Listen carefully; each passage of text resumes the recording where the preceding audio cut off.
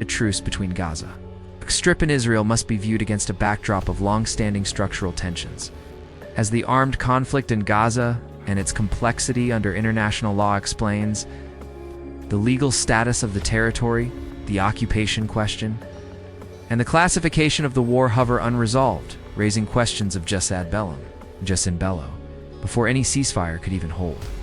The humanitarian collapse in Gaza, documented in a detailed study on child health, shows how conflict generated an environment of extreme vulnerability, over 25,000 killed, a majority women and children, large-scale displacement and critical shortages of water, sanitation, and shelter. From this vantage, the ceasefire was not being forged from a position of stability, but rather from a position of crisis and imbalanced power dynamic, humanitarian desperation, and an absence of trust among the combatants. The cessation of major hostilities therefore faced a triple challenge: enforce a pause in violence, allow humanitarian access, and create credible guarantees for future governance all in one go.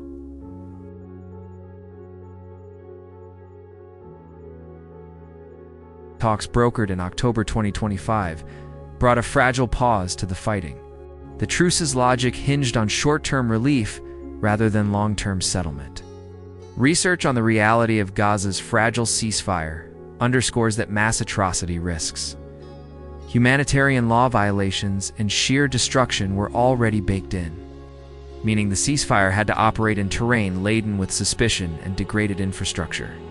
Meanwhile, remote sensing scholars applied synthetic aperture radar SAR to monitor building damage in Gaza during the war. Their findings are stark. The damage escalated rapidly in the first months, paused somewhat during the temporary truce, and then surged again as hotspots shifted. 3/5 of all buildings are damaged or destroyed by the end of the study, the authors report. What emerges is a truce paradox. It momentarily halted bombardment. It entered a terrain where the underlying damage, desperation, and physical destruction remained active. Humanitarian access was promised, but the infrastructure to deliver it was broken. Governance questions remained unanswered. Enforcement mechanisms were weak.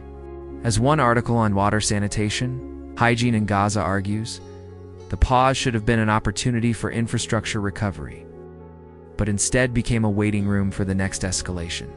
Thus, the ceasefire became less an outcome and more a holding pattern, where the forces of destruction remained latent. Any spark, deliberate or accidental, would test whether the pause could survive.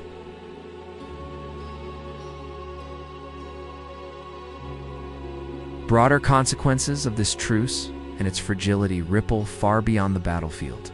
Legally and ethically, the article on the human rights obligations of belligerent occupiers, Israel and the underscores that whichever side governs Gaza occupation or withdrawal remains bound by international humanitarian law.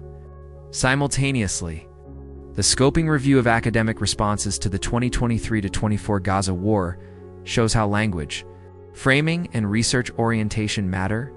Scholars classify articles as pro-Gaza, pro-Israel, or neutral, indicating how contested the terrain of knowledge and public narrative are. On the geopolitical front, Brookings' analysis outlines how the U.S. pivot from forever wars is challenged again by this conflict. The war in Gaza is not only a humanitarian catastrophe, but also a strategic test for U.S. regional policy, Iranian proxies, and great power competition. These layered dynamics mean the ceasefire is not simply about two parties stopping fire. It is about accountability for destruction, governance of recovery, reconstruction of trust, and the global legitimacy of actors. If the truce collapses, the legal and humanitarian aftershocks will reverberate through global institutions, aid frameworks, and conflict norms.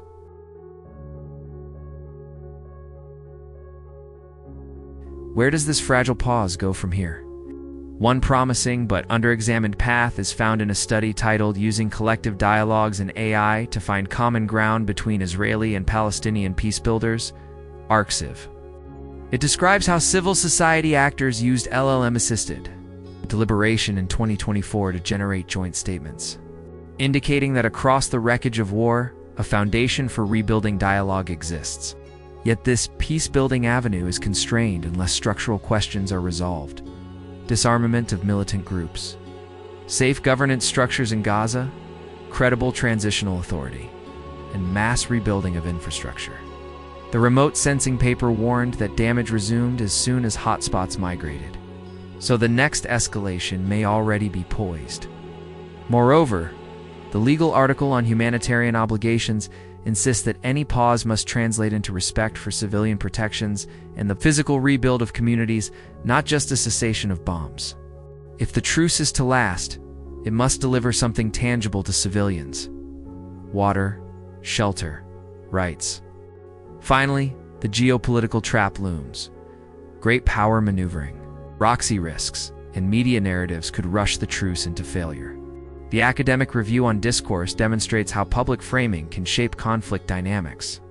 MDPI in the end, the ceasefire is a moment of potential not yet fully realized. Will the pause become a bridge or a prelude? The answer hinges on actions, not just words. And for those civilians in Gaza and Israel, it is a matter of survival. Ceasefire amidst ruin is no guarantee of peace. The structural damage, legal ambiguity, geopolitical costs, and human suffering all mean that this pause could break.